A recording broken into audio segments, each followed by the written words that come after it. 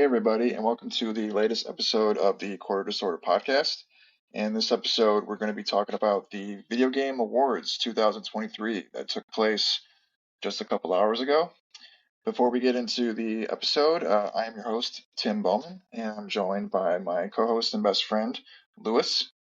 And there's a couple different ways that you can check out the episode and future and past recordings. We are on Apple Podcasts, Spotify, Google Podcasts, and pretty much every other podcast platform. And we also have an RSS feed that you can plug into any podcast app that you use on Android or iPhone, and you'll have all the latest episodes that way. If you go to quarterdisorder.com or quarterdisorderpodcast.com, that'll take you to the homepage of the website. And at the top left of the screen, there is a menu for the podcast. And in that section, there are individual show notes for each episode that we do, as well as a landing page that has all our subscription links and social media links that you can follow us on. Most of the social media usernames that we're at is Quarter Disorder Podcast, but some of them are a little bit different because of character limitations. So you can just check out the social media links on there, and I'll take you directly to the page. We also have full episodes on YouTube on our YouTube page at Quarter Disorder Podcast, which is a great way to listen to the show if you want to check it out that way. But make sure you subscribe to the podcast wherever you listen to, and that way you're notified of new episodes when they drop.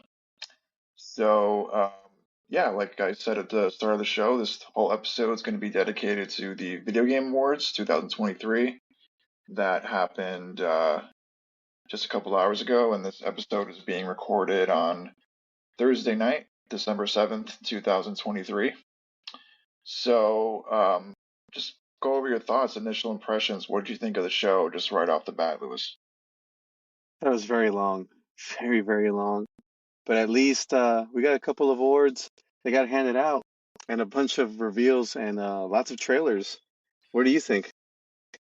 Yeah, I think it was basically just a trailer show. It was just brutally long. I think I was like exhausted by the end of it I was very because, exhausted too. yeah, like so the show started at like 6:30 Central Time, Mm. and I think we both knew going in. I think they posted it was probably going to be like a 3 hour show. So we're like, okay, whatever, it's 3 hours, right? We can get through it. But just the way they have the show structured, it's just so long with like so many trailers and just so many commercials and advertisements and stuff. It just feels a lot longer than it actually is. Yes, I agree. I think they were more worried about the trailers and security. Did you see security up front? It was really Yeah, they didn't. packed. Yeah, they didn't want to get Jeff Keighley bum rushed on stage or stabbed because Yeah. he's had a couple issues with that already. By the Um, way, congrats to the team for not having any like mishaps this year. yeah, I think that was the first time in a couple of years they didn't really have any major like snafus, like just random like trolls on the stage, like standing next to Jeff Keighley when he's like trying to do Yeah, his announcing. yeah. Um, but the show actually went about 3.5 hours. So it Did ended about 10 o'clock Central Time. Yeah, it felt like a lot longer actually. I don't know why. Right. So, well, I think it was just trailer after trailer. That's what got to me because sometimes you wouldn't even know when a trailer began and one ended, you know. It was just so back to back. yeah, they just kind of just kept cramming in trailers and announcements. Actually, there was a pre-show that started at 6:30, but the weird thing is they were giving out awards on the pre-show. So it's like, well, it's a 3 hour show, like 7 to 10, but it really started at 6:30 because Yeah, it was they're a good already thing you giving out. notified me. Yeah, because Yeah. it was like, well, I knew they were going to be giving out like probably like half the awards on the pre-show because Yeah.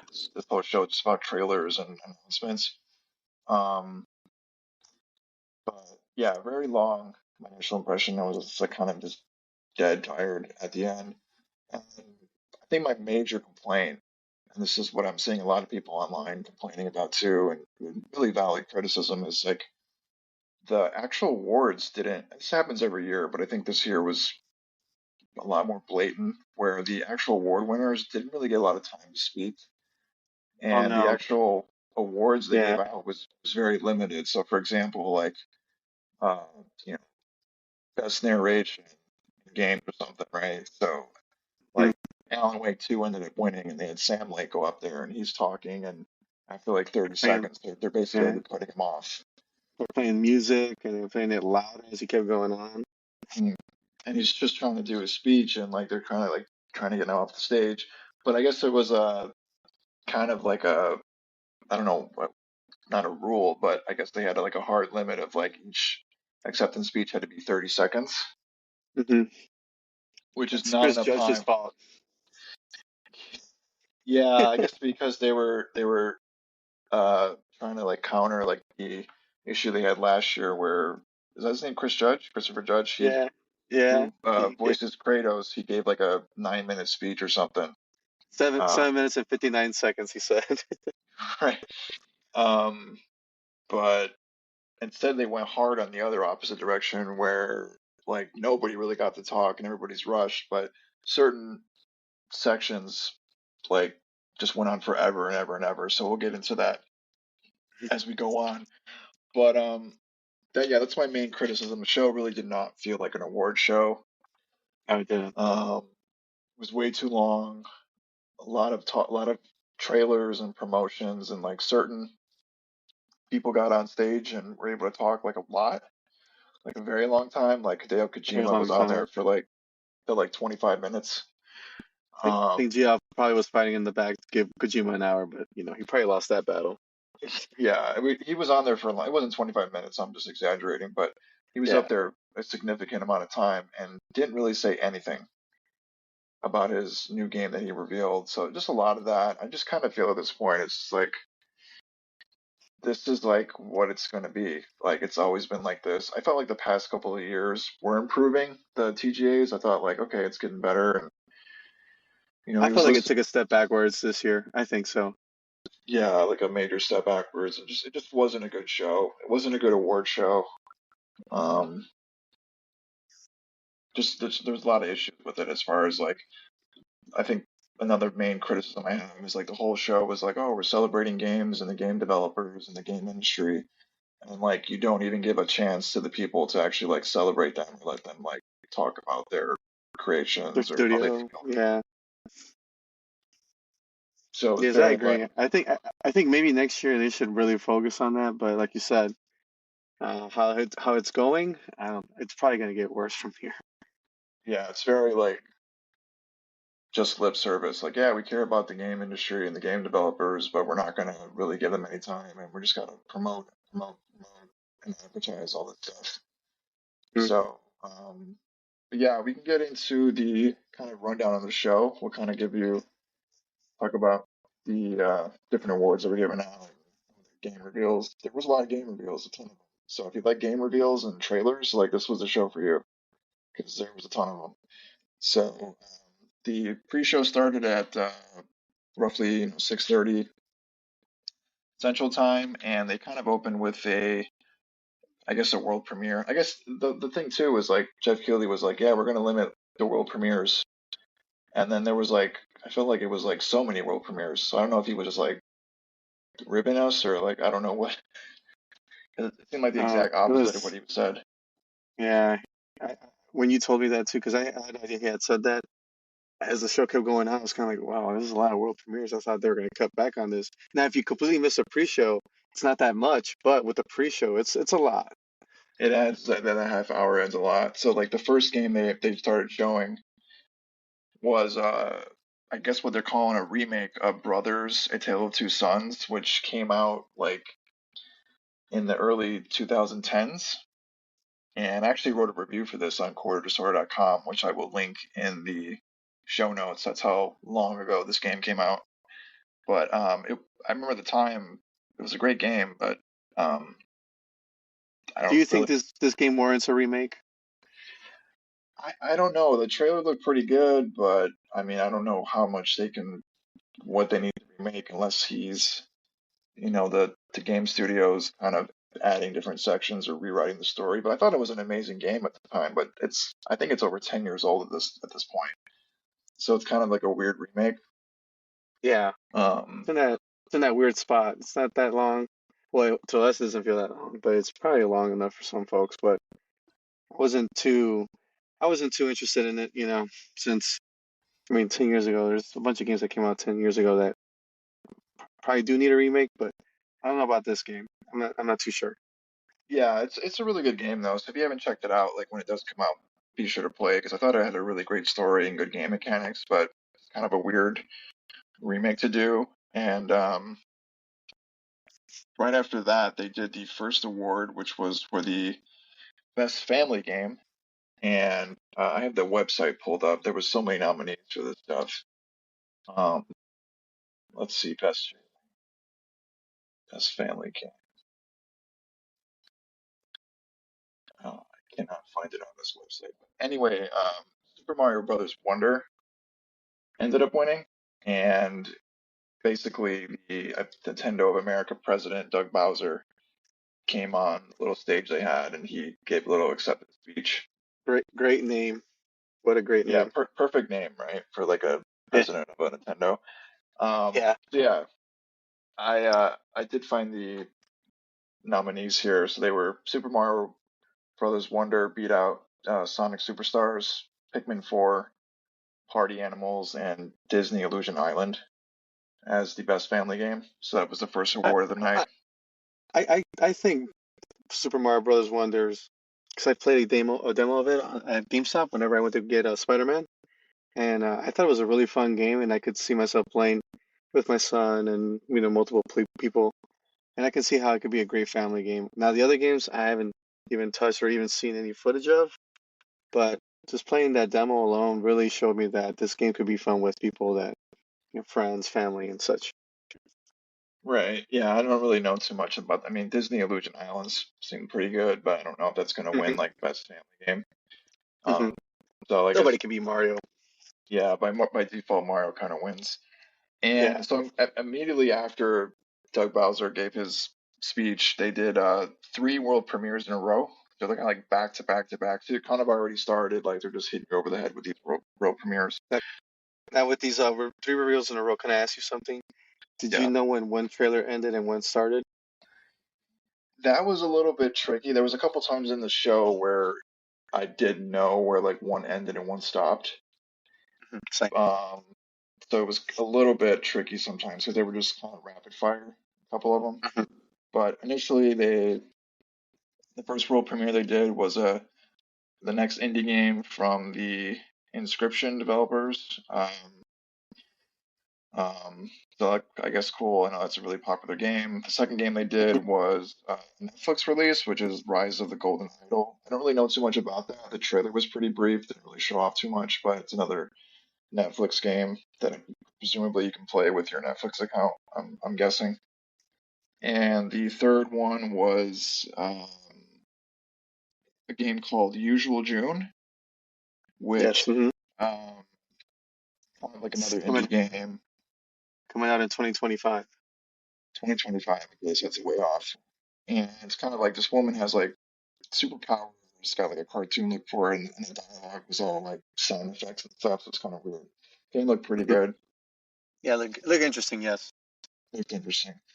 Yeah, and then right after that, they did some commercials. So this show was like really heavy on commercials. And it wasn't like commercials for like Tide or Walmart or something. It was like game commercials that are probably currently out. A lot of them were like a commercial for Fortnite, a commercial for some mobile game that's already out. There was a Like lot of Monster that. Hunter. Right. And so next award they did was the Innovation and Accessibility Award, which is basically like, games that are easily or easier to play for people with certain disabilities or things like that. And with the game that won was the latest Forza Motorsport, which Have you played that? no, I haven't. It's on Game Pass. I don't really the motorsport games I'm not really into anymore. I like the Horizon games better, Yeah. but I know Microsoft's been pretty good about having accessibility Hmm. things like that.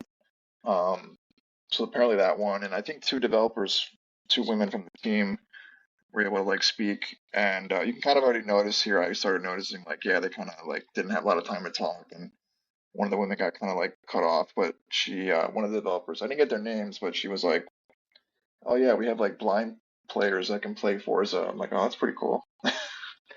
Yeah, and I then didn't they're know like, "Hey, that. can you please get off the stage?" Yeah, and they Yeah. kind of like rushed her off. I'm trying to find the other nominees. Here you go. So the other nominees in this category was Diablo 4, Hi-Fi Rush, Marvel Spider-Man 2, Mortal Kombat 1, and then Street Fighter 6. So Forza Motorsport ended up taking that, and went right into like another reveal called Harmony in the Musical, which looked like a kids game. Hey, And this actually looked really cool. Like visually, I think this game could be really awesome. Can appeal to lots of gamers, not just those with disability problems, but even as me, I saw this trailer and I said, "Wow, it's very colorful." Maybe my son could get into it as well. It seems like an easier game to introduce to kids. yeah, and it's got like accessibility features and stuff, and it's going to be on Game Pass, and it's another Netflix game. So I guess Netflix is really kind of pumping out more stuff now. Um, and here is kind of the next part of the show. It's like when you started really getting like just ridiculous like rapid fire awards given out. So the host of the pre-show was I believe her name is Sydney Goodman. She gave out, let me see how many awards here was 5 awards, all related to Five esports. awards, and all of them I had no idea who they were. Unfortunately, I don't keep up with esports or anything like that. But whenever I saw this, the nominees for the athlete, esports athlete winner of the year, I just couldn't. I just didn't know. Yeah, I Yeah, don't really follow esports either, but if you're gonna have all these awards, they should, I would think you would put them on the show, right? It'd be good for like esports because it's pretty popular. yeah, yeah. A But small video package on each guy or person. yeah, none of the winners came and accepted anything. She basically just said who won there was like a graphic on the screen, and she named the people, the nominees, and basically who won. So best esports athlete was a person named Faker. Esports Awesome coach name. was Potter, right? Faker. Yeah, that's great. Esports coach Potter. Esports events was 2023 League of Legends Championship. Esports game of the year was Valorant, and esports team was JD Gaming. And then she did some joke about her family being in esports since the 1800s, which just did not land at all. Yeah, I kind of rolled my eyes at that too. I was like, what a bad joke. Yeah, she was a really good host, but some of the comedy was just not hitting Yeah, at all. Um, so right after that, I did another world premiere for this game called Windblown from the very creators of Dead Cells. very violent. Yeah, it's kind of got that like hi-fi rush art style. It's going to be a PC early access in 2024. Look kind of cool. And again, another right after that, another world premiere for this game called Thrasher, which is from the studio that made the 2016 game Thumper. Have you played that Thumper? Did you ever check that out? I never checked it out, but seeing Thrasher, first thing I got as an impression was, wow, this game's very colorful, like really beautiful. Yeah, it's like a very heavily music rhythm type game. I'm assuming like the main game is going to be in virtual reality, but it's also playable outside of that. And I actually played Thumper in the original PlayStation VR, which really it was a really sweet game. And I know a lot of people were excited about that, so that's going to be a cool game to check out in 2024. After that, they did some Samsung Hub commercial with Xbox, so like another promotional stuff. And then they did Persona 3 Reloaded, which is coming out in February 2024, which is another, I guess, Xbox Game Pass release. February 2nd. Yeah, I'm actually kind of glad Xbox is starting to announce some games coming soon because, my Xbox has been kind of dry lately. Yeah, and like the Persona stuff, like people are like really into Persona, so that's going to be really popular. And then they did a trailer for Dave the Diver. I guess it's downloadable content or expansion that's coming out on December 15th, which a game that was nominated for Indie Game of the Year. Some DLC for that, and then the next award they gave out on the pre-show was for Content Creator of the Year. This was a little bit weird, so I guess the winner was this. I don't even know what you call these things, like VTuber. Is that what these? I'm like old man Okay. territory now. I don't know what this stuff is. I mean, I know what it is, but like it's extremely popular on Twitch and stuff where it's like that, like an anime character is like on the screen and it's like a person, the content creator is like voicing the anime character. Have you seen these before? I've never seen any of these before, but I loved how the winner's name is Iron Mouse, and I'm here thinking like, okay, this is probably gonna look like a cool badass soldier type, character gonna be shown. And it's this girl, right, in her Yeah, room. it's like this anime girl, like Yeah, um totally like a with cartoon. pigtails and all that, and I'm like, this is Iron Mouse. But hey, I did think that was pretty cool though. That they, I guess she showed her animated self and was receiving the award. But I'm just like, wow, I didn't picture Iron Mouse to look like this. I had a totally different picture in my mind. But hey, if it's popular, it's popular. Yeah, I guess well they won that content creator of the year, so they must be doing something right. And the other Yes, nominees, I don't know if you know any of these people. People Make Games, Quack, Quack, Quackity, Spreen, and Cypher. So we are like, I'm like, I told you, like I'm an old man at this point. Like I don't know any of these people. I don't. Hopefully, none of these YouTubers are any in like have any allegations against them as far as being like abusers and or stealing from charities because a lot of YouTubers are going through that right now. Um, but yeah, Iron Mouse won. Um, just kind of just totally bizarre. But anyway, the next world premiere was World of Goo 2, which is coming out in 2024. And can I ask you, did you even know there was a game that existed named World of Goo? Because I didn't even know. I mean, this is the second yeah, game. I remember this game. I think this was like on like PS3 or something. Like because I think the host mentioned like yeah, it's 15 years in the making or something like that. Like I do remember Yeah, World of Goo. I don't know if it was like on PSP as well. I just have this vague memory of it. I never played it, that's but insane. Because when I saw this, I said, this is like Patapon mixed with Angry Birds. I thought it was pretty interesting. yeah, that's what it kind of felt like too. So that's coming out next year. And Okay. then there was another world premiere for Persona. I'm sorry, another game from the Persona makers behind 3, 4, and 5 from Atlas and Studio Zero. It's kind of like a steampunk fantasy looking game called Metaphor Re Fantasmo. This game looked And pretty good, actually. yeah, it did look pretty sweet. And it had the Xbox intro and outro. So I'm not sure at this point if this is a multi platform release or it's like an Xbox exclusive. But they did have the Xbox logo front and center on the intro and the outro of that. So after that, so we go into the main show, and then Jeff Keighley, the host, who's been doing the video game award show, I think, for 10 years, and then prior to that, I think he was doing stuff on Spike TV. So I'm not actually sure how long he's been doing the award show, but he's pretty much been the guy. Like, there's really no He's one been he else. was actually credited as the creator of the VGAs as it came out. Yeah, I don't know if he just like owns it or like the whole thing behind it, but he is Yeah, basically the VGAs. He's the only guy been doing it. And that's kind of why we keep running into these problems every year that we talked about at the start of the show because it's the main guy is the guy hosting it, and every year you have the same issue. It's like there's not anybody else in there that are doing this yeah, stuff. So yeah. he started off the show by saying it's the 10th TGAs, and He promised a great show.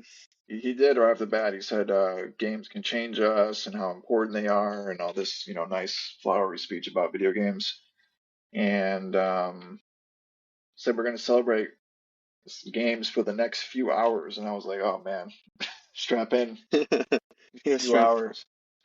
I was like, oh man, it's gonna be long. But they kind of did like a highlight of people in the crowd and stuff. They had the Zelda creators of the last few games. They had Mark Mark Cerny, who Mark Cerny.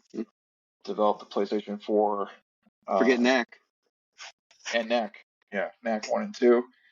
They had the Pizza Tower guys in the crowd, which is a cool indie game for anyone that's not aware. It's basically like a I did an article on this for Quarter Disorder. It's basically like a platformer, like in the old Wario Game Boy games, where you're in this tower and you're trying to get out as like fast as possible. Um, really fast-paced platformer, really funny, really great art style of like a kind of like 90s cartoon, like maybe like a Ren and Snippy or something. Mhm. Really cool. I know it's like big on Steam. I think it's only on PC right now. But they shouted them out, so they were on the crowd. They look like I really thought cool that was guys. cool. I thought that was cool. Yeah, and then they had some people from Capcom. They mentioned that, it's Capcom's 40th anniversary, which is crazy. So that would have been what? What is that? 40 years. What is that? 40 83? Is years. that 83? Yes. Yeah. No, no. Yeah. Wow, that's insane. That's And then that's incredible. I Longevity think right there. yeah, that's pretty long. That doesn't really seem like it's that long, but I guess yeah, 1983. They've been around forever. But we mentioned at the top of the show too that like they had security at each aisle. So I like you notice these security guards is pretty funny. Like they were like making sure like nobody bum rushed the stage. And the first presentation for the first award was Christopher Judge, who we talked about, and he came on stage. They played like the send-off music as a joke, like right when he started talking, because like we mentioned before, he gave like a super long speech last year, and he made a really great joke that I loved. He said his speech last year was longer than this year's Call of Duty campaign. Oh, I love that joke. It was just fantastic because I guess the Call of Duty campaigns suck, but like the this year is supposed to be like pretty bad. It's like a really poorly reviewed game, and everybody in the crowd's like, "Oh my god!" Like shock face. I'm like, "Yeah, the game sucks." And then he pretty much said that that's another company he'll never work for after that, after he said that joke. Right. I think it's just like these award shows and just like the game industry in general is like so sterile and like corporate. Like nobody can like say stuff like this like at these kind of events or not just like these events, but just in general. So it's like kind of like refreshing when somebody like calls these like big game publishers and titles out because they're just like trash. So that Yeah. was funny. Um, he was giving out the award for best performance, which is basically like um, voice or motion capture performance in the game. And Neil Newbon from Baldur's Gate 3 actually ended up winning. And I have not played Baldur's Gate 3, so I wasn't really sure like what his character was about. I'm assuming he's pretty ingrained in the game because the other nominees were all like like main characters of the stuff. So the other nominees were we had Baldur's Gate 3, Ben Starr of Final Fantasy 16, who I thought should have won because I thought he was tremendous in that. He played Clive in the game, the main character. Then we had Cameron Monaghan from Star Wars. What's the Star Wars game? Star Wars Jedi Survivor. Survival. Survivor. We Yeah, had Survivor. Jedi Survivor. I'm gonna butcher this guy's name, but I love him as an actor. Idris Elba, is that his name? Is that how you say Yes. it? He was in Yeah, I think so. Yes. Cyberpunk 2077, Phantom Liberty. And you had Melanie Liburd from Alan Wake 2, who is amazing because I'm playing through Alan Wake 2, and she's fantastic in it as one of the main playable characters.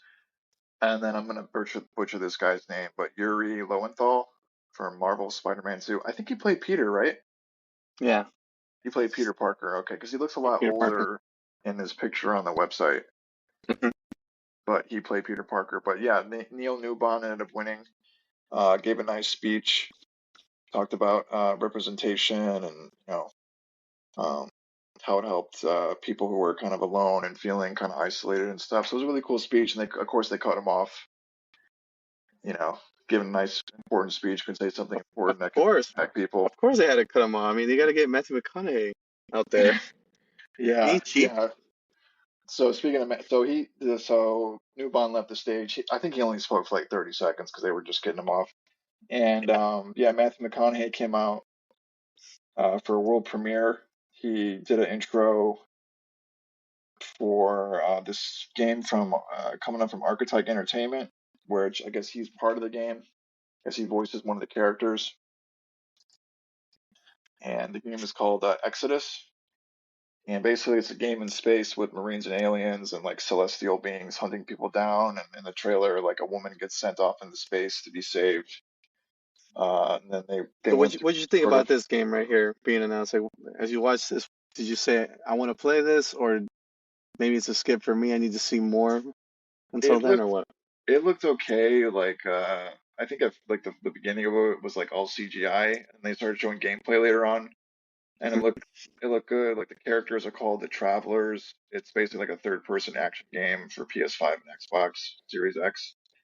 Kind of reminds me of Mass Effect a bit.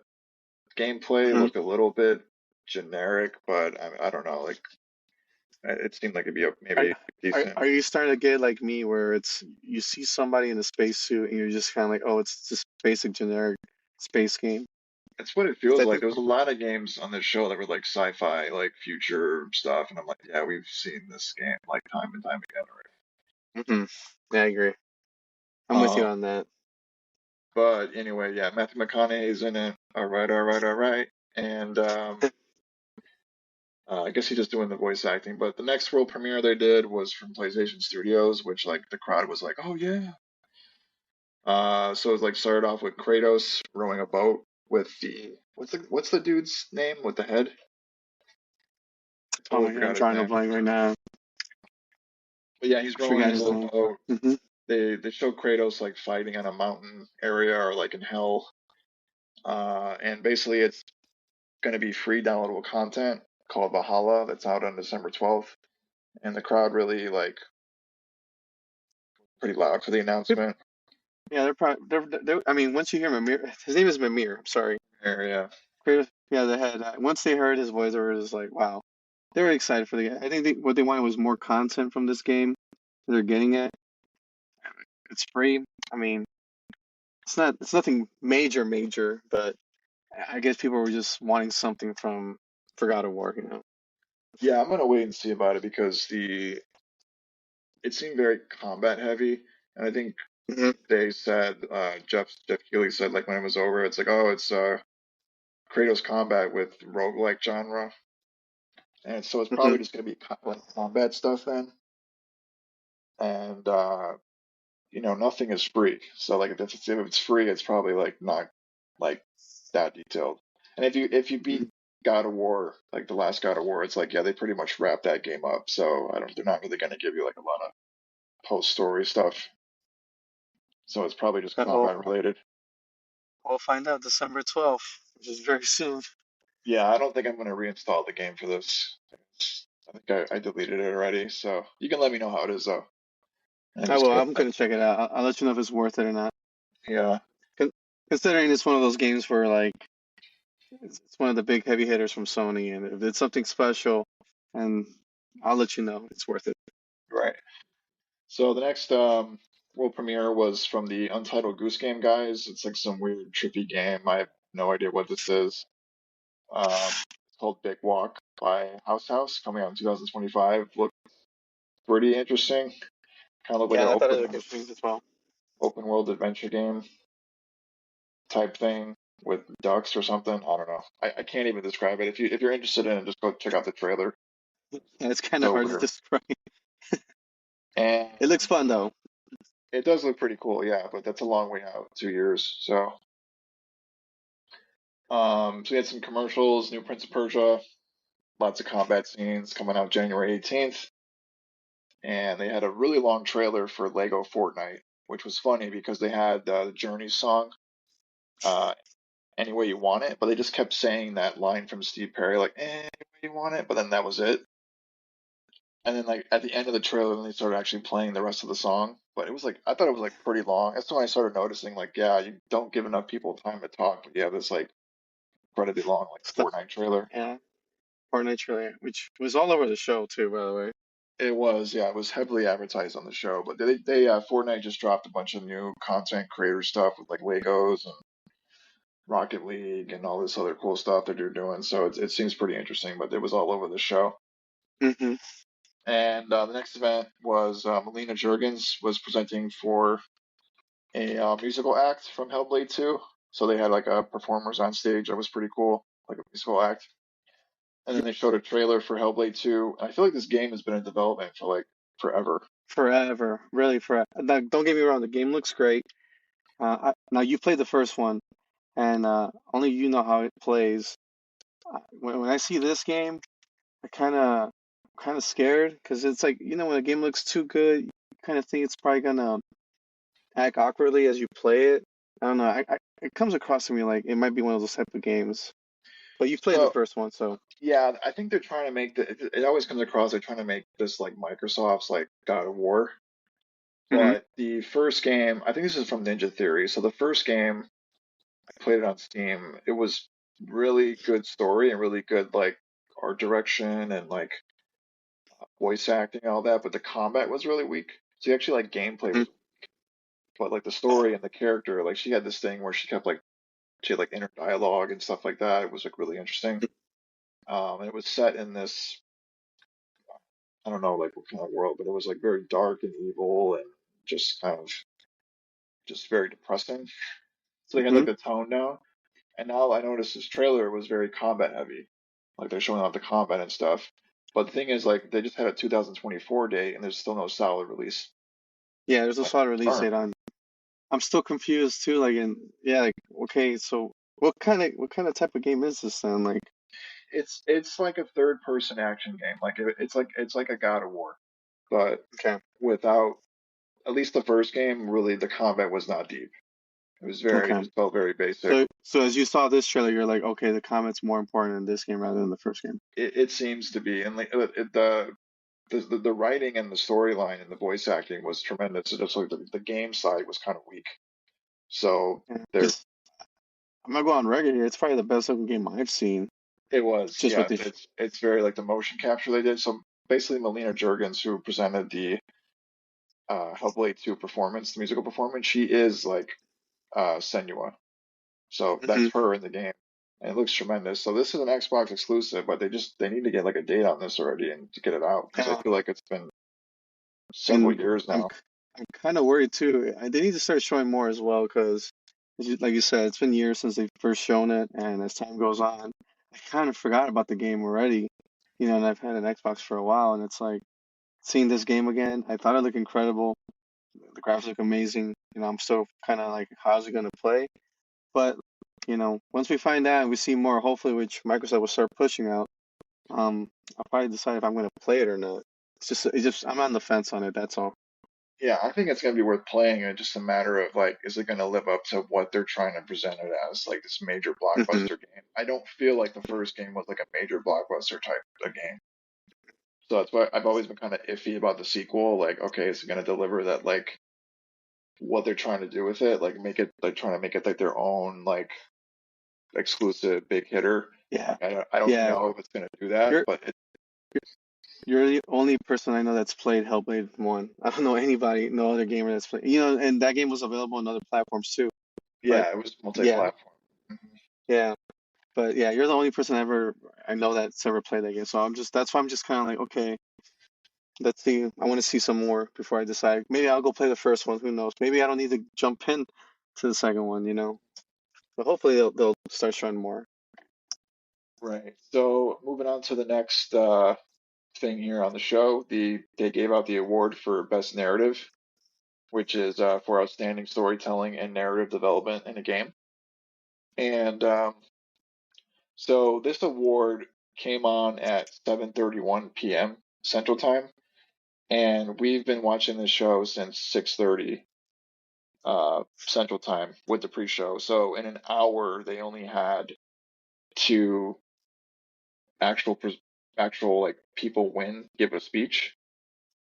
Um, and on the main show it was like half an hour. So they had half an hour. They only had two people talk at this point for 30 seconds. So Ed Boon came out from NetherRealm Studios, Chicago guy. Shout out to Ed Boon.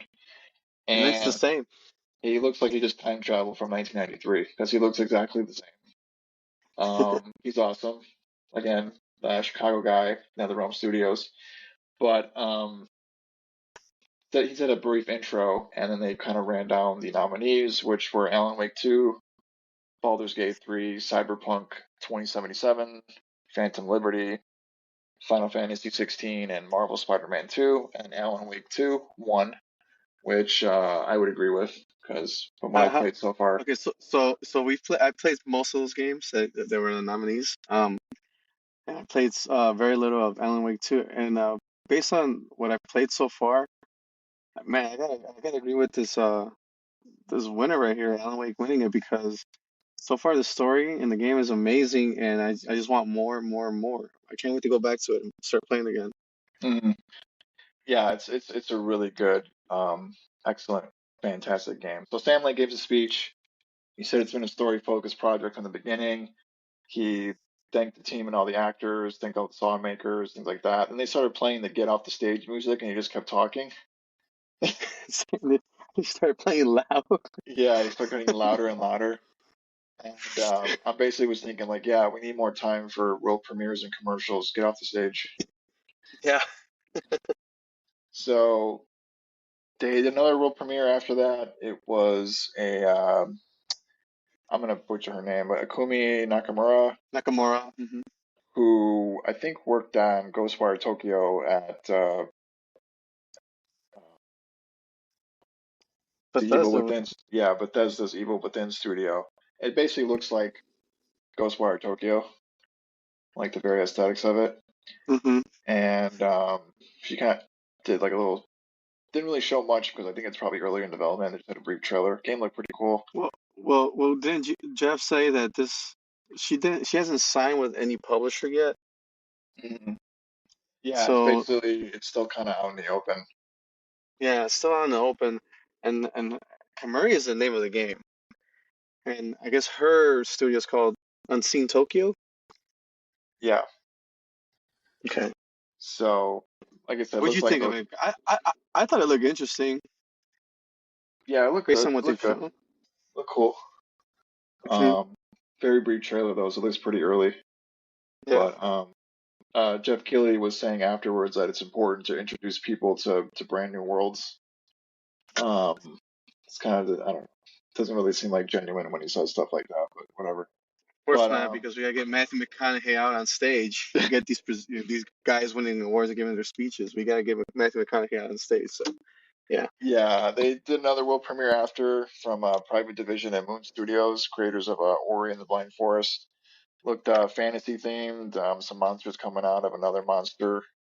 Third person overhead action game. Looked okay, I guess. Called No Rest for the Wicked. And I was seeing online, I guess like Moon Studios had some potential worker abuse allegations or something with the studio issue. So I guess Oh man. it's like a problematic game. So I don't know. It Yeah. looked okay to me. Like I don't really care about it, but Yeah, I um, was disinterested when I saw it too. I wasn't really big on it. so they had some commercials for Lenovo Legion Go, Game Pass stuff. Lot of commercials. They went back to the show, and they had this like really brutal just segment with the Great Gonzo. Gonzo from the Muppets with Jeff Keighley. So they're on one of the stages, and they're just doing this bit about Gonzo has the same suit as Jeff, and they're kind of marrying each other, and it's just like Jeff's like taking all this time for like this lame bit while the awards are not even given any time. So You I'm think like, Gonzo got paid pretty well here? oh, he got paid. Yeah, Gonzo got paid. Somebody got paid. That's pretty Yeah, apparent. someone got paid.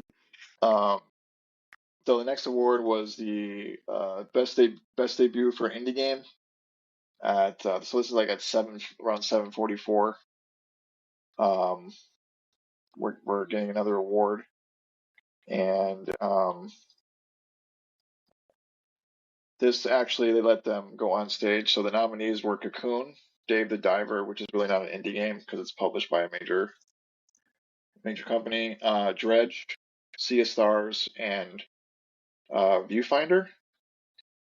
hmm And so their website is like weird. Oh, best debut indie game. Cocoon won, which I've heard a lot about this game. I need to check this out. I don't know too much about it, but I always see people talk about it online.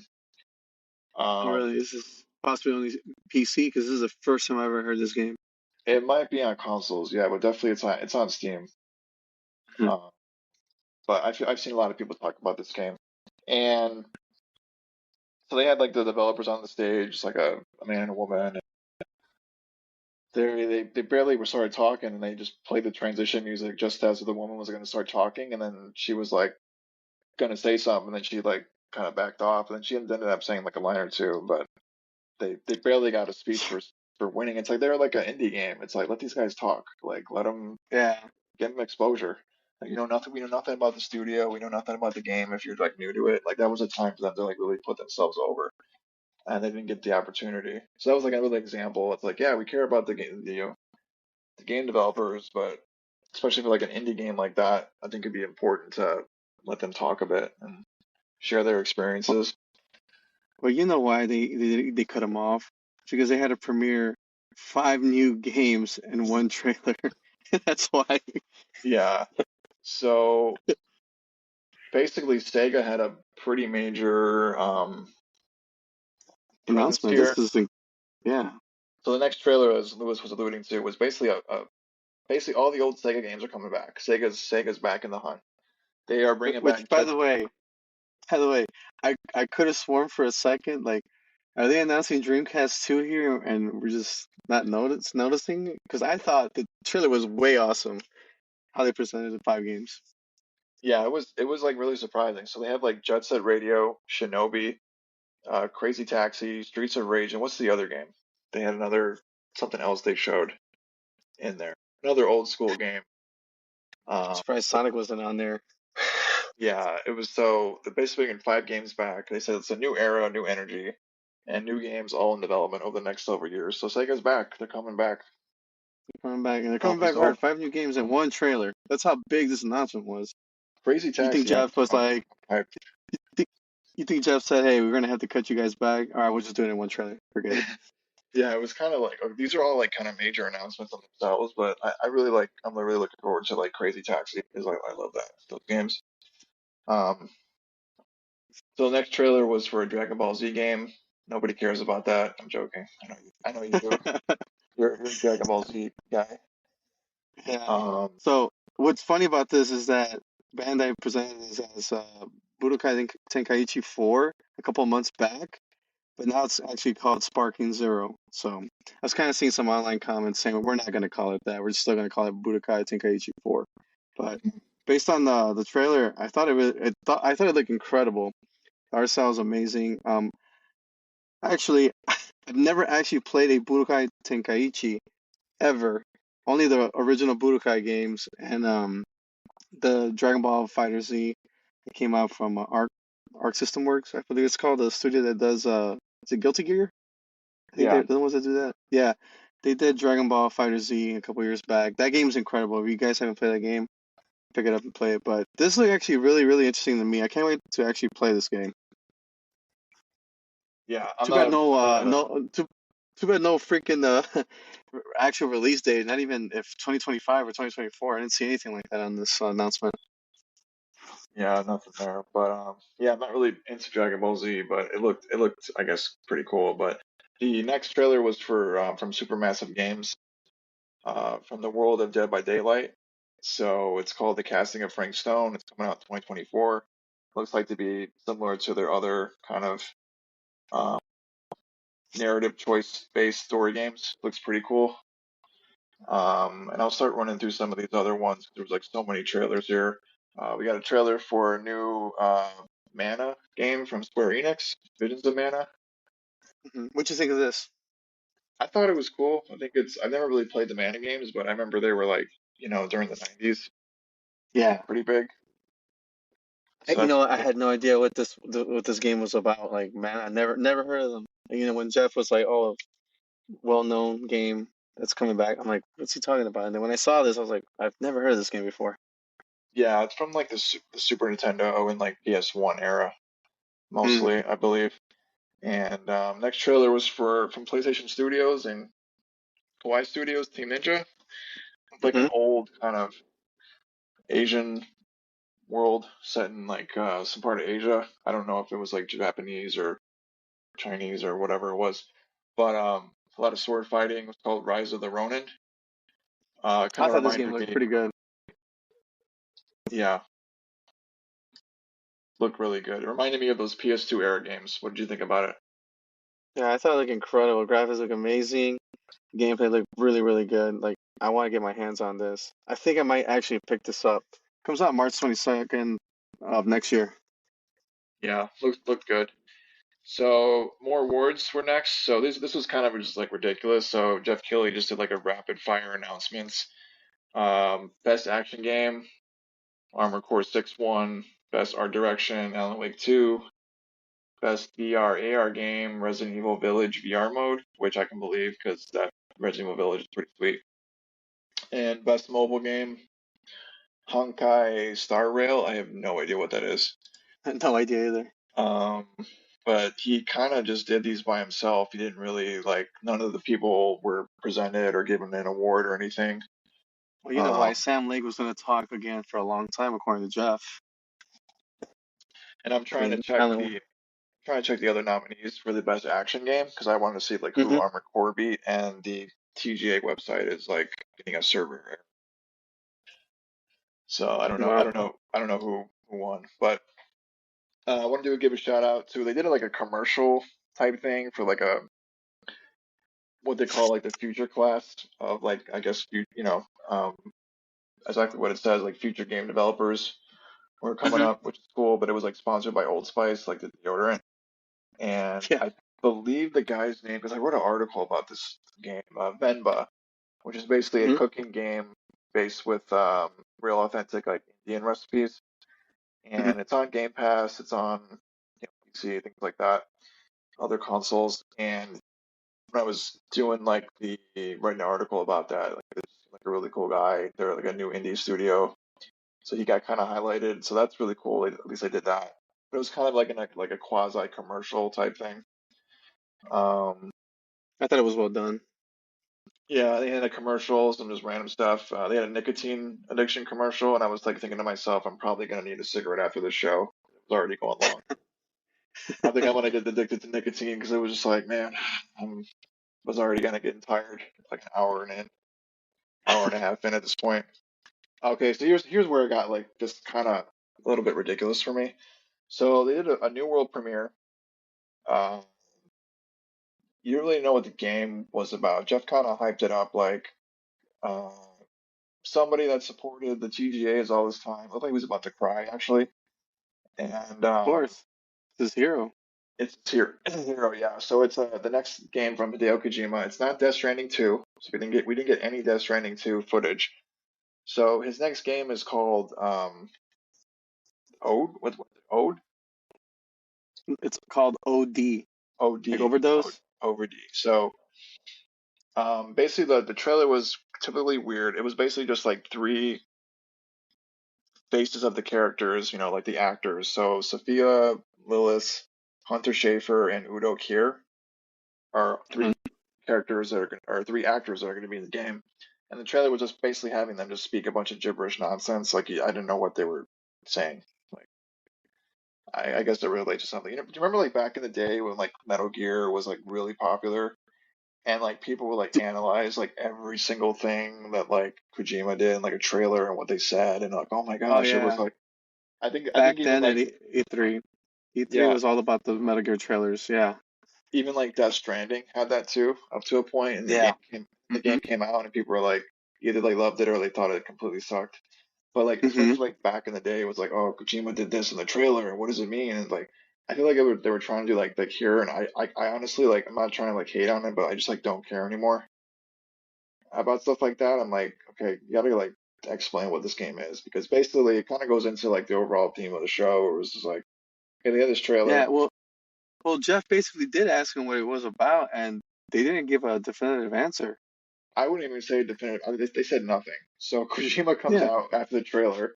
He comes to this door on stage, like he's wearing a shirt that says OD right under his Yeah. like suit jacket, and it kind of says like in the trailer. I think it's in the trailer they said for all players and screamers or Yes, something like that's what that. it said. Yeah. So he hmm comes out. Kojima's got like I think they were playing Nine Inch Nails music. Like he comes out like Yeah. he's at like a WWE show. He's got entrance music and he's going through a, Yeah. Bray Wyatt. Yeah. yeah. Um. So they're on stage. So Jeff's like, Kojima has like an interpreter. So he's speaking Japanese Oh, and the interpreter is yeah. like translating. He's he's had this interpreter for a long time. I recognize this guy. Mhm. So basically Kojima's saying like he wants to challenge new things, and with the help of Xbox Game Studios and cloud Uh, gaming technology, he's going to do it. He's going to make it immersive, like no one's ever seen it before, and it's a game, but at the same time it's a movie, but at the same time it's a new form of media. And then the stage door opened that confused again. me. Yeah, it's like total just like gibberish. Um, Same door on the stage opened again, and then Jordan Peele comes out, famous director, done a lot of great movies. He comes out wearing the OD shirt, and then Jeff says, "Oh, it's the Kojima verse." So I'm like, okay. Um, so Peele calls Kojima an icon. He talks about Metal Gear Solid 2, which by the way came out 22 years ago at this point. Insane.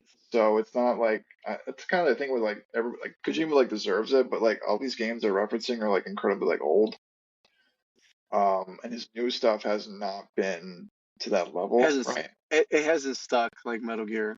I Yeah, don't think he's never going to reach those levels ever again, I believe. Just based on what he's released so far, content wise, there's no way.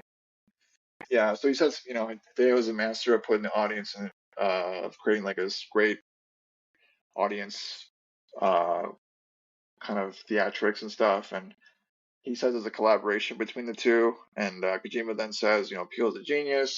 Said when they met, they felt like they were friends. Collaboration would be awesome. Kojima said he grew up watching movies. Now he's a game maker, and it's in the reverse for Peele. Like Peele grew up playing games. Now he's a movie maker. Kojima said he can't say what the game is about now. He can't say who else besides Peele is helping him collaborate. He says they're legends, and he calls them the Avengers. Um, Yeah, that's what he calls them. it just felt like this whole thing went on forever, and you literally got nothing out of this.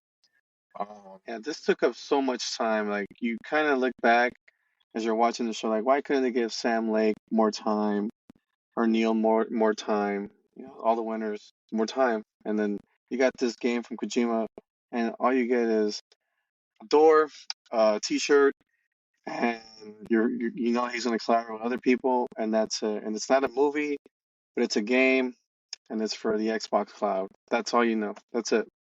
Yeah, and then they didn't play like the wrap up music for Kojima, so it's like, yeah, I don't know, just like kind of just like gushing over him and stuff. It's like this could, I mean, it's a cool reveal, I guess, but like you could have done this like anywhere, and it didn't need to take Yeah, up so much time. for Xbox it's good. For Xbox it's good because Xbox does need this, but again, Kojima didn't say anything.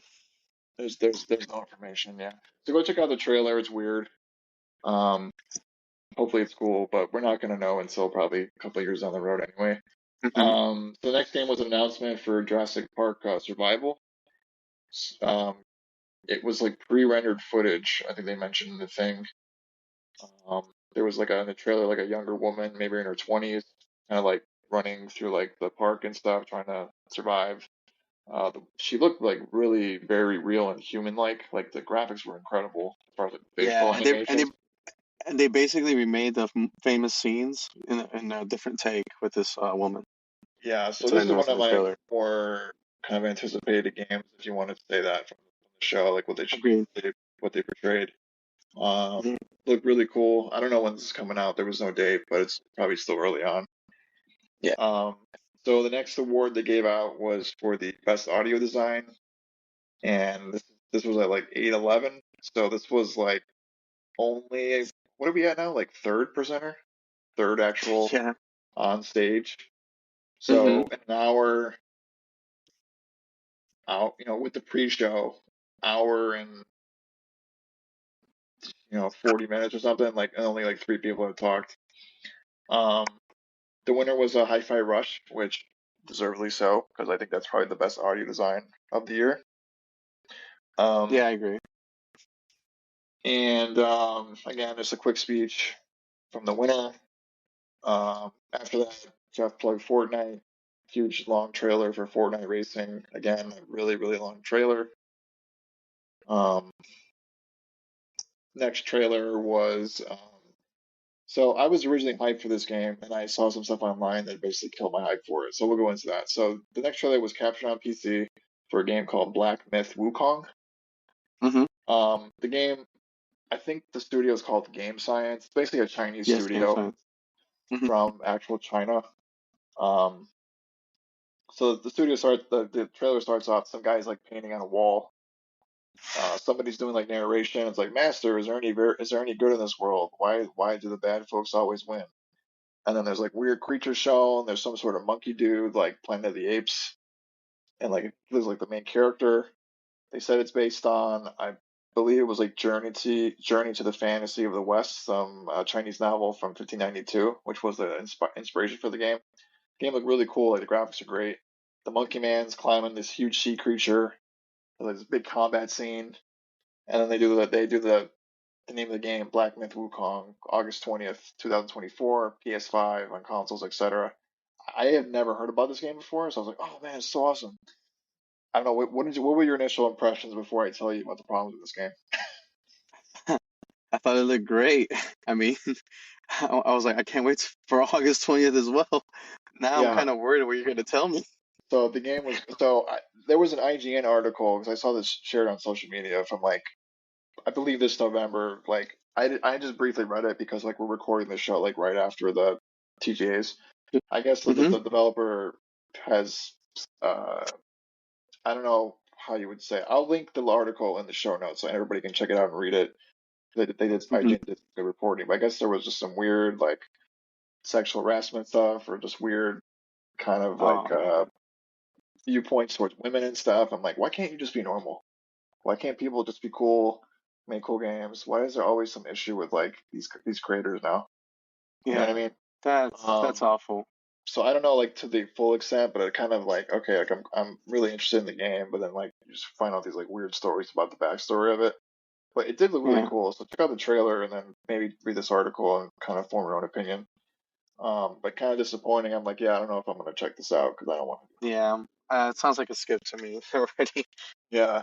Um, so the next trailer was for Suicide Squad versus Justice League. I think the characters look great. This game is probably going to be boring. It's been delayed forever now. Comes out in February. Um, Second, the February 2nd. February 2nd. Yeah, next segment of the show where they talked about Warframe, which seems to be like on literally every show. They have like a Warframe segment. They had a new trailer, December 13th, it's an expansion. I know Warframe is like super popular, so there's a reason why they put I, this on there. yeah, this is actually the first time I've ever seen the game in action. I've always seen the tab on my PS4 back then, and my PS5 on the PlayStation. So I never gave it a thought to download it. And this is actually the first time I ever seen it in action. What is this your first time seeing it No, in I've action? The known game? about Warfare. I just don't care about it. It's not my thing. Okay. Mm, I okay. know it's Okay. good. It's just not for me. So, That's not for you. Yeah, I um, thought it looked pretty interesting, but again, I'm probably not gonna download it. But I guess it's cool to see it for the first time 10 years later. yeah. So they did some more commercials. Jeff plugged Universal Studios. There was a commercial for Starfield with a bunch of accolades. You know, plugging how great it is. Nobody cares. Do you agree with them? No, I don't. I think that's a I agree solid, with you. good game. But a game that I just really quickly lost interest in. And then, like Bethesda games are my favorite games. And like I love Yeah, Fallout. I think I'm gonna go on record and say like if you have nothing to play and you own all three consoles, Starfield's a good game to have around. Mhm. Yeah, I don't really feel like it did anything new or exciting. Yeah, But it did not live up to the hype. yeah, it didn't. I'm not like ragging on the game too much because it's a very good game. It's just not It's a good game, that yeah. Yeah, it's not that amazing game that I think people are expecting. At least my perspective. I know there's people that love it, of course, but yeah. I think that the shift of that game is people are shifting towards like, yeah, this game is not uh, to that level. That's you based off playing those 12 hours, and I've played 20 hours myself on the game, Hmm. and I just came to that conclusion like, yeah, I'm not gonna go back to this game anytime soon. Maybe later on in 2024, right before GTA 5 or GTA 6 drops, actually, probably. So they did another award for Games for Impact, and the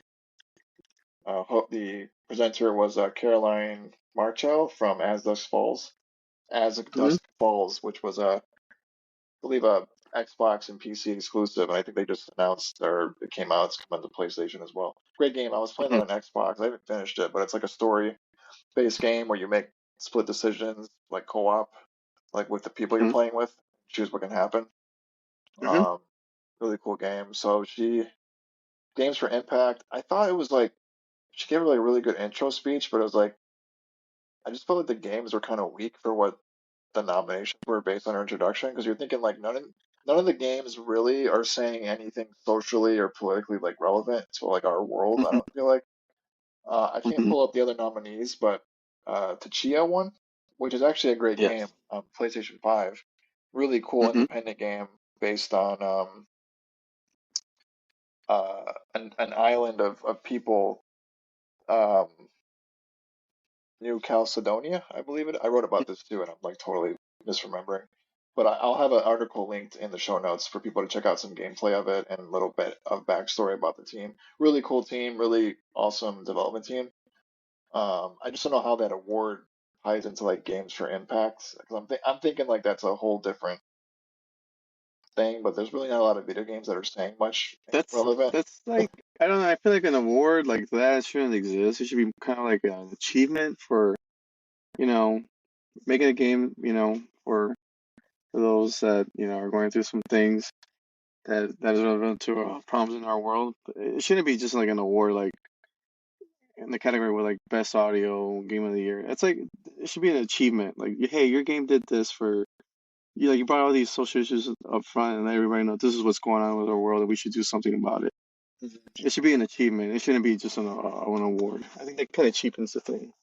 But yeah, but the studio wasn't at the event. So Yoshida from Sony accepted the award for them, Hmm. and I guess they thanked Sony for believing in the project and all the people of New Caledonia.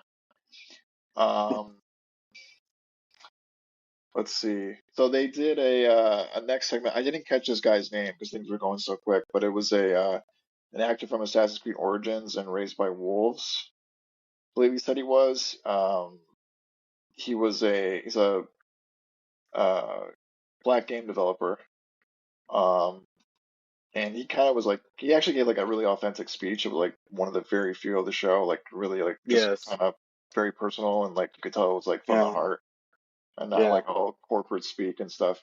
But he said he was like how big of a gamer he was, and the dude shouted out Golden Sun. Hmm. So that's like big ups to him. Did you ever play Golden Sun? Do you remember that? No, I never played Golden Sun. No, That's I know what it is. Hmm. an old Game Boy Advance game from like the early Hmm. like 2003 or something. A Hmm. fantastic game. Anybody that is able to play that, go check that out if you like RPGs. But that's so random that he just like shouted it out. But basically, he talked about a game that he was going to show off, that he wanted to like process his grief. It kind of sounded like his father died, maybe prematurely, and he made a game that wanted to honor his father. He got pretty emotional about it. Said he's taking a big risk, and it's a game from his old man. So I guess his company is called Surgeon Studios. It's going to be an EA Originals game. So EA is probably EA Originals. They partner with these developers and like help with I think funding and marketing and things like that, publishing, etc. The main character is a shaman who seeks his father's return. Kind of looks like a 2D platformer in a 3D world, fast action, kind of like a Metroidvania type thing. The main weapon's like a sword, and there's like magic. It's called Tales of Kinzaria Zau, Z-A-U, in Hmm. April 2024. Again, the speech felt like pretty authentic and real. Looked like a really cool game. I want to check it out. Yeah, I want to check it out too. And next game was for trailer for Don't Nod Entertainment, game called Lost Records Bloom, and I think I can call I think what's called Lost Records Bloom and Rage. Yes, Lost Records Bloom and Rage. Yeah, so coming in 2024, it looks like a Life is Strange type game. Had a song in there, had lyrics for like "See You in Hell," so that was kind of interesting. And It yeah, is like from the creators of Life is Strange. yeah, exactly, yeah. Yeah, And yeah. the characters look like teenager age, so it's kind of like one of those games again. Looks good. Next segment, Joe presented some game called First Berserker. This was like another game I thought like, why is this here? Like, not to Yeah, same disrespect thing. like not to disrespect the creators and stuff, because I know everybody works hard and they put a lot of like effort into it. But some of these games like did not need to be on the show, especially with how long it was. Hmm. Kind of looks like an anime third-person action game. Like afterwards, like Jeff was like, "Oh, it looks good, right?" I'm like, "Yeah, I guess." This should have been on the pre-show. Yeah. Then they had Game Awards Orchestra played for a Jeff hyped it up, kind of gave away the spoiler. It's from Final Fantasy VII Rebirth. Uh, the Yeah, I singing, know. the singing was tremendous though. Like the woman that was singing was excellent. Hmm. And they announced they had a trailer for Final Fantasy VII Rebirth. It's going to have a crossover event with Apex Legends in January Okay, well, how do you 2024. feel about this? How do you feel about this? I don't really care. I mean, it's a weird crossover. I didn't really expect it, but Apex is still pretty popular. Yeah, who asked for this? I don't know. Yeah, it's just a weird, weird. I don't Weird, know. weird collab. Mm. And so that, again, we're into the more problems with like these quick fire awards from Jeff. He gave away the best score of music. Was winner was Final Fantasy 16, which I wholeheartedly agree.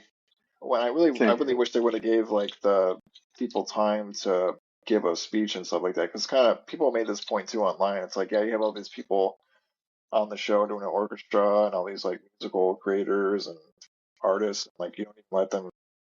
You have an award for best music and score, and you don't even like let the people speak. It's kind of Yeah. like, okay, what's that about? But You know, best yeah. best independent game was Sea of Stars. Best community support was Baldur's Gate 3. I don't know what they base community support on. I don't know if like patches or what. I don't know. Oh yeah, there's been some things that have been going on that. Yeah, I agree with that award.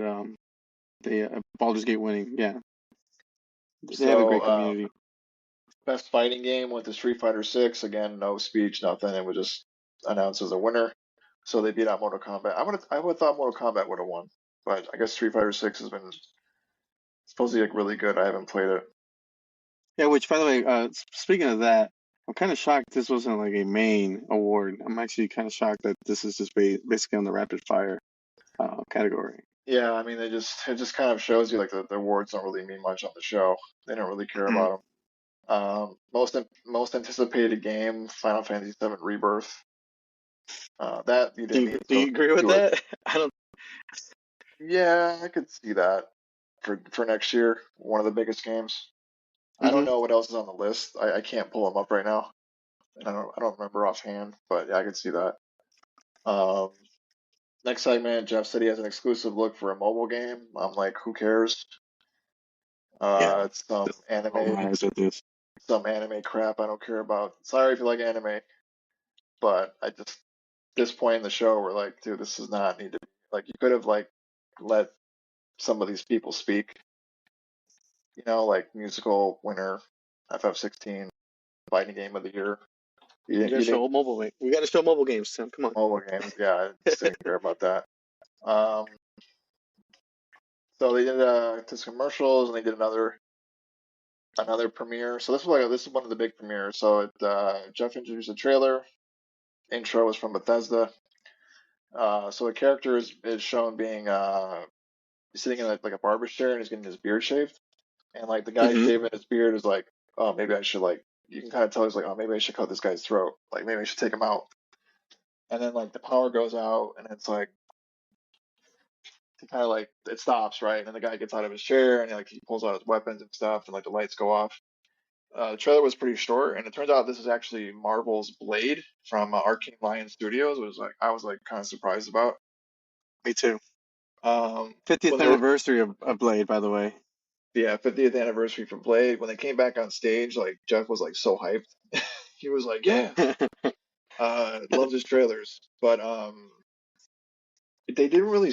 This was another example. They just went on too long because they didn't say anything.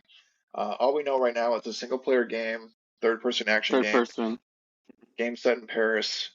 Um, One of the developers was like, "Oh, just let us sit back and let us cook." meaning we Yep. haven't started this game yet. Leave us alone. And he threw a kick. Yeah, he was like doing some karate stuff too. He was like pumped up, Yeah. man. He was like, thought he was gonna like karate chop Jeff in the throat or something. Um, no platforms announced, but it's Microsoft owns the studio. It's gonna be an Xbox exclusive. It's not coming to PlayStation. Yeah. Yeah. This is their Um, Spider-Man, basically. yeah, which they need. I mean, I've told you this off the show. It's like, yeah, like PlayStation has Spider-Man. They have Marvel. Um, Yeah.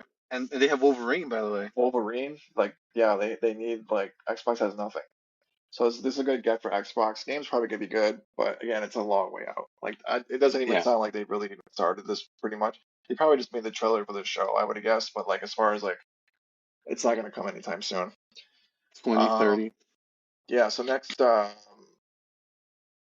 segment was Anthony Mackie from Avengers and Twisted Metal on Peacock.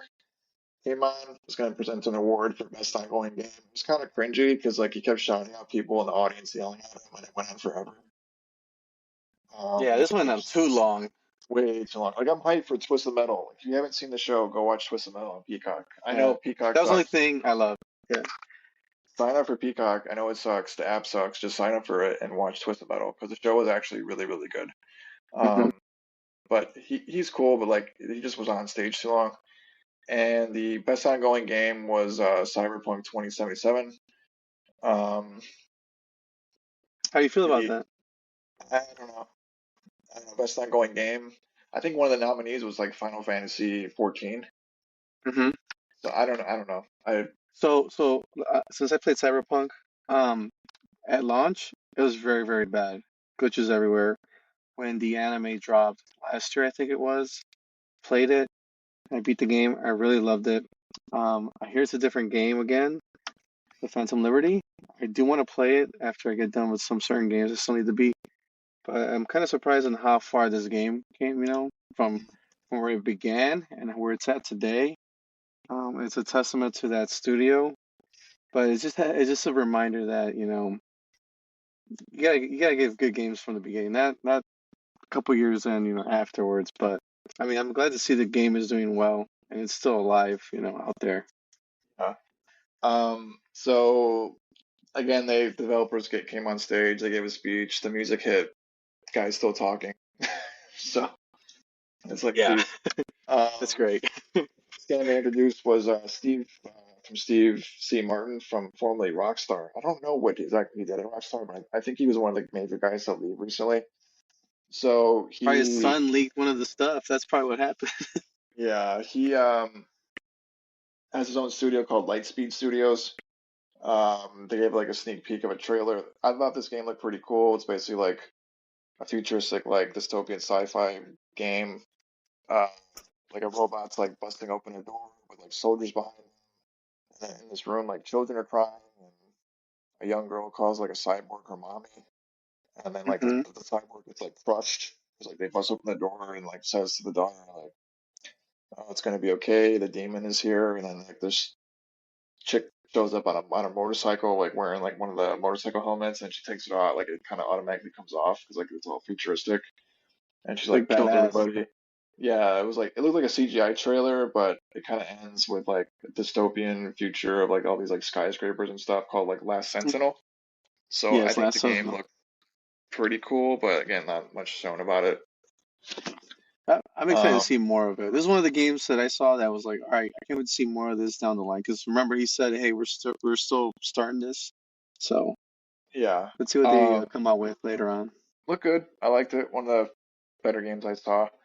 Another game called First Ascendant from Nexon. It looks like some weird dystopian thing in the future, like robots, people, or looks like a squad-based type game, fighting giant robots and stuff. Looked okay. Summer 2024. Um, another anime-looking game. Super long trailer. I don't know what the name of the game was. Triple Z Me or either. something like that. I think the trailer was too long and the name was too short. I couldn't even get the name. Yeah, but again, just took up way too much time. Then some next game that they showed actually looked really cool. I thought this was a game for Gundam, but apparently That's it's what I, not. that's what I thought too. That's what I thought too. Like automatically, I wrote down Gundam game. Let me just I get the don't name. But no. I don't think it is. So it's basically like a mech game. Not Hmm. like Armored Core, but more like cartoony in a bit, but like good action. Yeah. So like a lot of action and flying. It looked like really cool if you're into those type of games. It's called Mecha Break. Yeah, Mega Break. Um, looks awesome. I want to play it. Definitely look cool. Um, had some more commercials. Then Jeff comes back, so we have a surprise. So the TV host. So if you play Alan Wake 2, there's a television late night show host in that game, like a real actor. And they had the actor in on the Game Awards, and he introduces the Old Gods of Asgard, which is like a fictional rock band in Alan Wake 2 that was played by a real band cosplaying as them at this show. So he had the Alan Wake 2 actor on there. Sam Lake got on stage. He was like dancing. It was very creative and funny. Um, It was great. I guess if you've never played the game, you would have no idea what's going on. Um, did some follow up to a game that was announced at TGA 2017 called GTFO. I never played this. 10 Chambers. Would you, Developer came by on the way, stage. what'd you think of GTFO? Like seeing this because I completely forgot it existed. I thought it came out already. When I I saw this being updated, I was like, "What's this? It's still not out." Yeah, I didn't really. It's actually out. I guess they were like talking about like a new content update. I didn't really care at all. It's not for me. I'm not interested in it. Yeah. I just thought this whole segment like took forever, and like I guess this guy like with the studio like was formerly at like Payday, the Payday games. Hmm. So I Hmm. think some of the team members left there and went to form their own game. So he's got a new game coming out, some heist game, um, called Den of Wolves. I will say the game is 10 stars because one of the guys' names is Mr. Bowman. So I'm gonna have to speak to this guy like, yo, what's going on here? Um, but it looked kind of like weird, kind of like like a Payday type game, but maybe Yeah. like I don't know. It's hard to describe. Like kind of violent, and they're wearing masks and stuff, and it's you know just weird. Um, next game was a game I think called Rebirth. Oh no, the trailer started with the word Rebirth. It's like not actual gameplay footage. So I was like, okay, great. I don't care about this because it's not really showing Hmm. anything. Hmm. Um, two guys fighting in heavy armor. Some sort of major storm is happening around them outside, like some sort of like climate change, crazy weather disaster. Called Xborn, EXBORNE, And hmm. and like the tagline's called Master of the Apocalypse or something. It's a tactical open world extraction shooter in 2024. I guess some people from the division are working on the game. Um, Then they showed Jeff introduced an actor named Matt Mercer, who is the voice actor of Loki in this game, Asgard's Wrath 2 for MetaQuest VR game. So this guy was actually on stage, like introducing this. Took up a lot of time. I think it looked okay, looked cool. It's a Yeah, I VR think game, okay so for VR. Hmm. I don't know, like VR at this point, like you're devoting like a lot of time to it, and apparently it's free when you buy MetaQuest 3. I would check it out. It looked cool, but I don't really feel like I needed to be on the show. Do you do you think there's a big audience for VR currently? It's very hardcore. Yeah. Um, I think the game looked cool. I can't really speak about it. I never used the Yeah, same MetaQuest or here. whatever, but it looked interesting. The next segment they had an exclusive look at the Fallout TV show, and then three of the cast members came on stage with the Fallout armor guy. Somebody dressed up. What do they call those again? I totally forgot. The The power armors? Yeah, the power armor. Yeah, there you go. Um, the One of the actors was like, "Oh, it's a real honor to hand out an award for best adaptation of a show." And they showed Todd Howard in the crowd. He looked really happy to be there. um, they joked Just about hurrying up on stage because the guy can't breathe in the suit, which was basically the joke about every sort of presentation on the show, like how they have to hurry up. That was like the yeah. joke of it. So best adaptation, which is best adaptation of a game in movies or TV. The Last of Us won, and PlayStation Project Studio accepted the award. with the creator Neil, is it Druckmann? Druckmann, Druckmann, right? Neil Druckmann, yeah. Yeah. So what do you think? What do you think? Deserved? Oh yeah, absolutely. The other nominees were like Twisted Metal and I don't know, I forgot the other ones, but yeah, that definitely for sure. I Great, agree. amazing show. I thought the show was so amazing. Can't wait for season two. Well, if you play part two in the video games, you're probably not wanting season two because if you know what happens, you know what happens. Yeah, I mean they've released The Last of Us Part Two for like the third time now. I mean they're remastering it, so I mean how many you know what I mean? Like they've released these Last of Us games like a dozen times already. So if you Yeah. haven't played them, check them out. They did a quick speech, really didn't say anything, like a generic speech. They did a let's see here, some more commercials, a trailer for a game on Switch called Palia, which is free. That looked Uh, incredible, actually. I actually am interested in that. mhm. Yeah, look cool. Showed a trailer for No Man's Sky that showed old CGA footage from 2013. Um, Incredible, says the 10 years journey, old, this game. yeah, says the journey continues in 24. So the next segment was again another long segment. Jeff was on stage with Sean Murray, who is the creator behind No Man's Sky. Said he's been working on it for 10 years. Says the last 5 years he's been working on something new, something more ambitious. This is where I kind of like just like got instantly like turned off because like the whole thing with like No Man's Sky when they first released it was like he said like the game was going to do all this stuff, and then it came And it out and it wasn't that. sucked. Yeah. Um, apparently the game is like awesome now, but like the game sucked like when it came out. It just Yeah. wasn't good. But he says they want to do something more ambitious, something bigger than Earth with mountains, not video game mountains, but real mountains. So I'm like, okay. Um, he says it's the quote first real open world, something without boundaries, end quote. So you're already kind of like hyping this up like way too much. Yeah. Um, Open Earth. yeah, like you said, everybody can play it together. It's a small team working on it, a dozen of them. So there's 12 people working on this game, but it's going to be the first real open world game. Like I it's not think adding up, it's dude. Like yeah, they lost me there whenever he said a small team. I'm like, okay, a um small team working on this real mountain type? Okay, yeah, all right. yeah, I was already checked out. I'll come see you in 10 years. yeah. Exactly. Like I'll see you after like a couple like 2 or 3 years when you patch the game about 500 times. Um Yeah, it looked cool though, after he like so hides. right.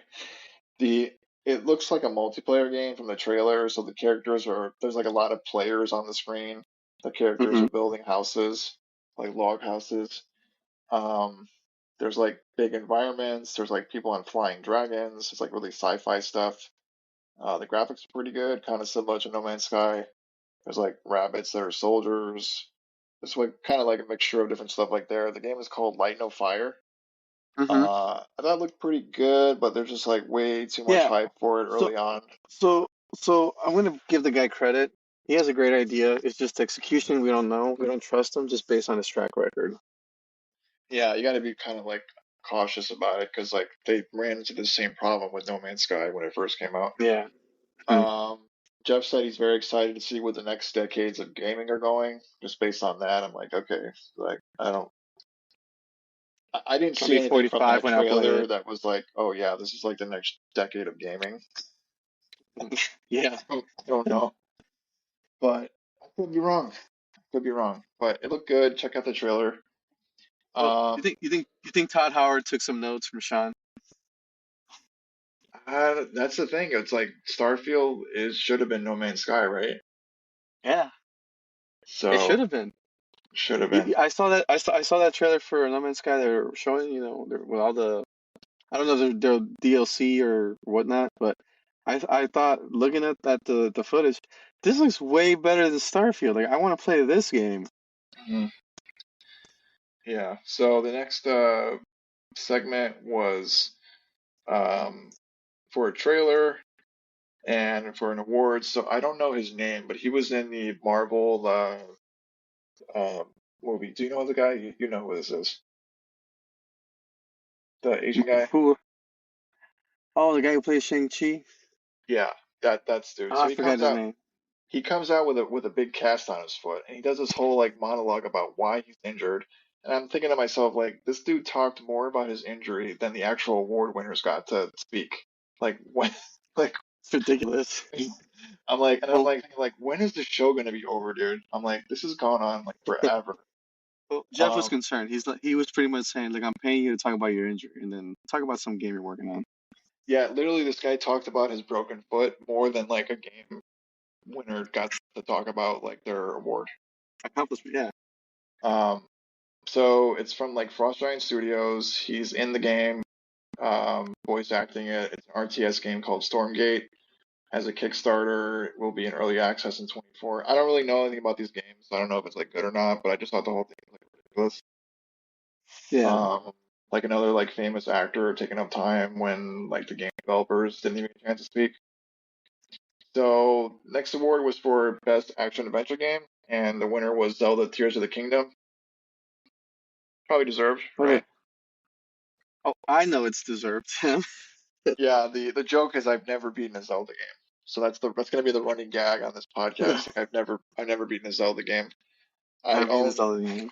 I own Breath of the Wild and Tears of the Kingdom, and I've played neither of them. Breath of the Wild I played a couple hours, but I just I will beat it eventually. But When No Man's the Sky update, you know, yeah, 20, but 2030 comes out, he'll think about playing it. but yeah, the Zelda creator came on stage as an interpreter. Was reading off his phone. That's really hard to do when you only have 30 seconds and you have an interpreter. Like they're not giving these people enough Yeah. You're not- Well, if you're named Hideo Kojima, you have enough. time. So the next segment was like a rapid fire of awards from Jeff again. So best RPG winner Baldur's Gate 3, probably deserved. I would have said that or Final Fantasy 16. Best Hmm. sim stat strategy Pikmin 4. Best sports racing Forza Motorsport. Best multiplayer game Baldur's Gate 3, which is kind of weird, but I guess it does have some cool stuff.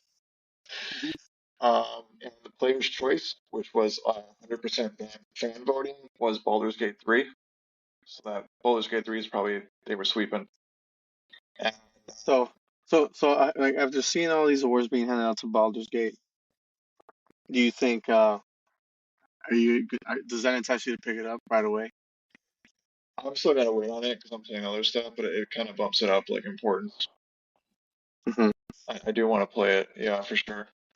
Um, so the next segment was Jeff saying a celebration of mobile gaming with Samsung and the Sphere, and it was like literally longer than the awards that he just gave out, like this whole commercial.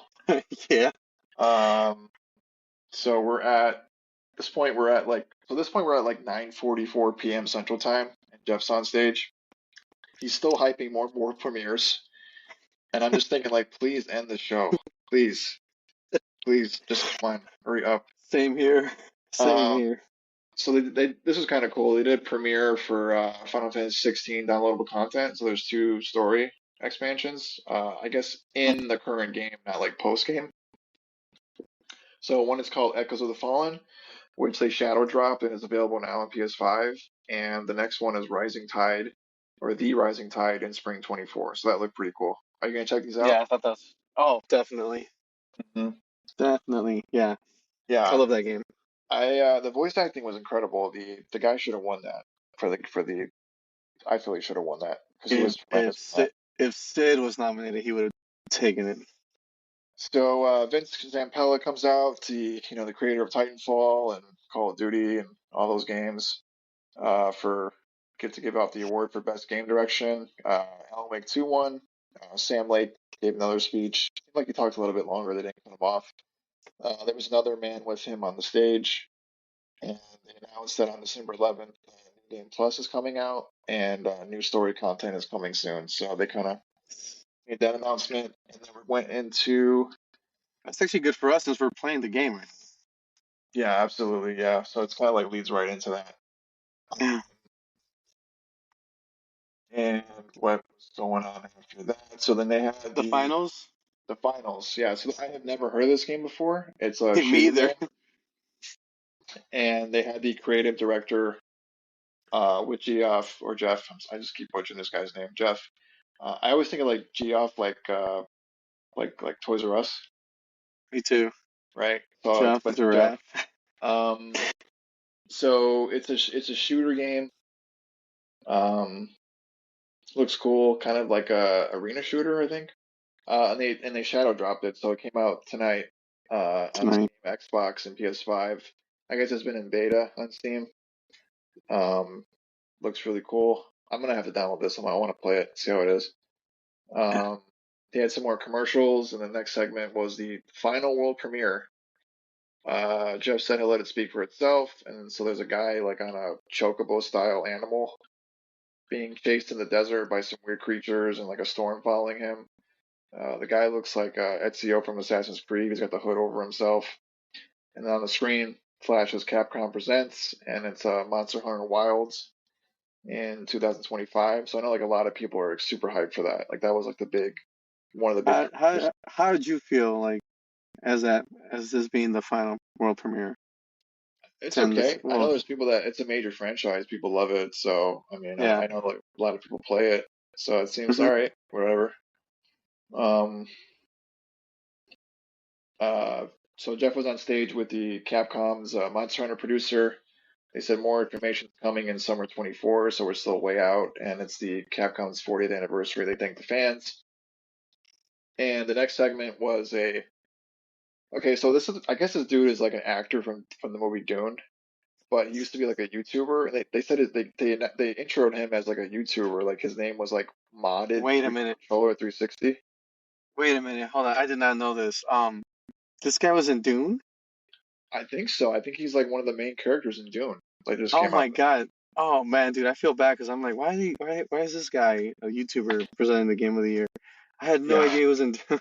but they kind of put more emphasis on modded controller 360 and Yeah. him being like an actor, Yeah. which was weird. I was like, what modded three? What?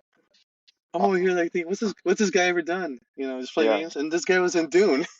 yeah. So I recognize like his face. Like, okay, like yeah, he's been in movies and stuff. Hmm. So he kind of did a little speech. They did a game of the year, the award, and Hmm. the TGA Orchestra came out, did like a montage performance of like all the game of the year nominees. Um, Did you so see the that guy winner, with the flute going hardcore? oh, dude with the flute, he was going hard, man. You know Yeah, why, right? He's like, hurry up, let's get this over with. Come on. yeah, like if you guys saw, if you see that guy like at a show, like you see him in the pit, like he was going hard, like he had a flute. Um, yeah, he looked Andre great. 3000 needs to Yeah, collab with that guy. he needs to put like an album out. But Legit. I can't pull out the nominees because the website's still down. But I think it was like Zelda, what Spider-Man 2, Hmm. Resident Evil 4 was a nominee, Resident Evil 4, Baldur's yes. Gate, and then what was the other nominee? Hmm. But Well, anyway, Baldur's Gate 3 ended up winning. They took it home. like I kind of figured they were gonna win because they had that guy wearing that medieval suit. Yeah, he was sitting in that suit for like 3.5 hours, so he must have been pretty Yeah, uncomfortable. yeah, and confident. Yeah, he was like, "Yeah, I mean, I gotta win this. I'm out here dressed like I'm." Yeah, I can't go back to the airport with like without a trophy and this. I have to Yeah, take the trophy. I do want to say something about it. So I don't know if he was like I'm assuming he was like the creative director or something. So he did a really good speech. He mentioned like about the team and all the hard work they went through, and he said they lost a lot of people that had passed away on the team. Yeah, yeah. And he mentioned one of them was the lead cinematic artist passed away, Hmm. and they Hmm. dedicated the award to him and others, which was really nice. Yeah. I will say I did see this on Twitter like after the show, so people like I guess somebody that was in the audience like with their phone, they were filming it. So like as he's giving this sort of speech about like his team and people that kind of have passed on, they had like this wrap up thing going where there's like a timer going. And like, can you Uh-huh. imagine that? Like, in the tweet was somebody tweeted like, yeah, can you imagine that? Like, just like the disrespect of like you're giving the Yeah. speech. talking about your team members that passed away and Yeah, whatever circumstances, and they're telling you just like wrap it up. yeah. And it was a That's game of enough. the year, Yeah, game of the year. The whole reason and why we're watching this. they was like he only maybe gave like I don't know, probably 30 seconds, maybe a Hmm. minute, but I feel like they could have talked more and you could have went into like the team and like the struggles they had and like blah blah blah and then that was it. But I was like, yeah, I was kind of just at that point I was just like exhausted. So, Jeff Yeah, came back on the stage, uh kind of announced that the show's over and they're gonna return here December for 12th, yeah, next year. 2024. So that was the show about 3.5 hours. Um, you know, I um, hope next year they kind of put more emphasis on giving the award winners time. I mean, this trailer thing is kind of ridiculous. I mean, can you imagine the Oscars, telling them to wrap up? We have to show like 2 minutes of a Marvel movie or something like that. yeah, we got to He, show like yeah, and that's they, basically they, what this was because like a lot of these trailers were just like okay, I don't care. I mean, yeah, they're cool, but you could have trimmed this show down to like an hour and a half.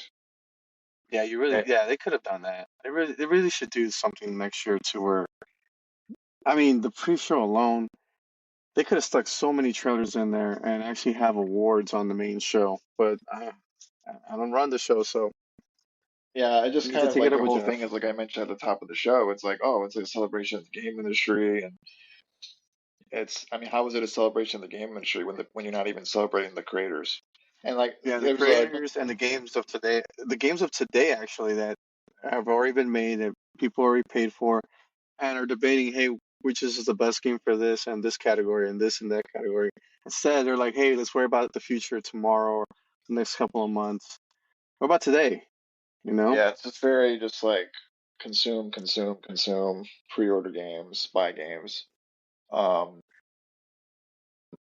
there's got to be a balance when you can pay the bills of the show and have these things and still have a focus on the because this is the award show, like this is it, like and this is the same guy running it. It's the same issues every year. It's like I mean, he was even making a joke. Jeff was making a joke during the show. It's like, oh, I'll see you in 2030 or something when Sean Murray was talking about the his No Man's Sky and his new game. I'm like, man, we Yeah. got another we got another 10 years of this show. Yeah. It's not Like, good. it's real, man. Um, and I was kind of really disappointed because I felt like the last couple of years, the TGAs were like, I think I had even posted on social media about that, like, oh yeah, they're pretty good. They weren't that bad. Yeah, there's some stuff going on, but I feel like they were Yeah. improving. And then this year, I just feel like it was like a huge step back. Yeah, Um, like 5 step backs actually. yeah, and especially too, like for a couple of other reasons too, like 2023 was such a great year for gaming. Hmm. So many, like one of the best years we have ever had. So many great games, and like let these people talk and let them highlight them and promote Yeah, them. I And don't I think was like, we're not gonna have another year like this ever, I think, in the next couple of years. yeah. And another issue too is like there was so many people have talked about this online. There was so many industry layoffs, studio closures, people getting fired, losing their jobs, and there was like Hmm. no mention of that. And I think there was even people like protesting like outside the TGA Hmm. show. And Hmm. Jeff didn't mention anything about that. Is he going to? Probably not. But it's like it's kind of tone deaf. It's like the industry had went through a lot this year as far as people like losing their jobs and job security and workers' issues and all this stuff going Hmm. on and uncertainty. And it's just like no mention of that. You're not really celebrating the creators either. So it's just very like, what's the point of the show? It's just an advertisement. And who is it really So, for? Who is the advertisements for? Because like it just comes across as very disingenuous, like, oh, this is for celebrating industry and celebrating creators. Games are so important, and then you put on a show like this that's like the exact opposite of like, yeah, he was more interested in getting like a big scoop. That's all. yeah, I'm uh, I'm pretty sure he was mad that Rockstar decided to show GTA much earlier than his show. yeah. I mean, like the Grand Theft Auto trailer, like that's awesome. Like, like what we don't need a show filled with like 75 trailers because like even like some of the games now, I'm like I'm not gonna remember all these games like next week. No, You're I'm just not gonna forget either. about them. But would you remember a great speech? Yeah, of course. course. I or a great remembered moment. Christopher Judge's speech last year. You Hmm. know, I mean, yeah, it was long, but it was good as well. It wasn't bad. They're really losing on great moments for their show for us to tune in to look forward to maybe next year. Like, hey, maybe Hideo Kojima might release this game OD much earlier than anticipated. It might be, game of the year next year. And well, he might get 45 minutes if he wanted to, but what about somebody else? Like I feel like Sam Lake was really cut short on this show, if you ask me. Even though he won Yeah, twice and he went up there twice. and that was really Sam Link's like I think like moment. Like he's getting his flowers basically. Like everybody knows his games are great, but they've really never been like that Like level, this. Hmm. right? It's like okay, now you're really getting to that level where you're like Game of the Year nominee and all that stuff. And I mean, of course, like Yeah, Max Payne was great and yeah. But Troll the and first Alan Wake, I Quantum do not Break. remember it being nominated. It's just like letting the people just like speak and like highlighting the awards and things like that. But we ran out of the show, we run it down and gone through all the highlights and stuff. So all the trailers should be available on YouTube for impressions and stuff if you want to check out individual uh, trailers that we talked about. But I think we're gonna wrap up the show. Did you have anything else that you wanted to say about the TGAs or any of the games or? I think from a consumer standpoint, it's way too much to keep up with. So hopefully they do something about, I don't know, making sure I remember some of the games like you were saying. Other than that, nothing further. Hopefully next year the show does a bit better, but like we've said, like in the last 10 years, it ain't gonna change. Yeah, I mean, hopefully next year they take some of this feedback into consideration. But I feel like it's just the same people that are running it, so it's like I don't know how much you're gonna actually gonna It's change. starting. They should just call themselves Call of Duty, the video game awards at this point. Yeah, it's not. It's it's just it's or somebody joked like TGAs or like the game advertisements. I saw somebody post that online. That makes sense, but Madden there, VGAs 2023. you can see how like the show has grown and stuff, but they still have a long way to go. Yeah. But yeah, that's gonna wrap up this episode. But before we go, I just want to run down, do some housekeeping, and let you guys know listening how you can listen to the show in the future. We are on Apple Podcasts, Spotify, our YouTube page, and anywhere else you get your podcasts. And make sure to follow us on social media. You can find our social media pages on the website, quarterdisorder.com or quarterdisorderpodcast.com. That will take you to the homepage where there is a podcast uh, page on there. On the homepage there, you can click into that. It's going to have all the social media links to subscriptions, and we're going to have show notes for this episode. So if you want to leave any feedback, you can do that. You can also email us with any comments or questions or whatever you want to say to add to feedback at quarterdisorderpodcast.com, and we will get those. And if you want to follow me on social media, me personally, Tim, I have a website, timbowman.me. That's timbowman.me. And I have all my social media pages on there that you can check out and follow me on there and reach out and any feedback. We'd appreciate any sort of feedback. So if you listen to the show now or in the future, leave a comment, send an email, or reach out on social media, and we'd appreciate any sort of feedback. And but for now, we are going to end the show there, and we will catch you next time.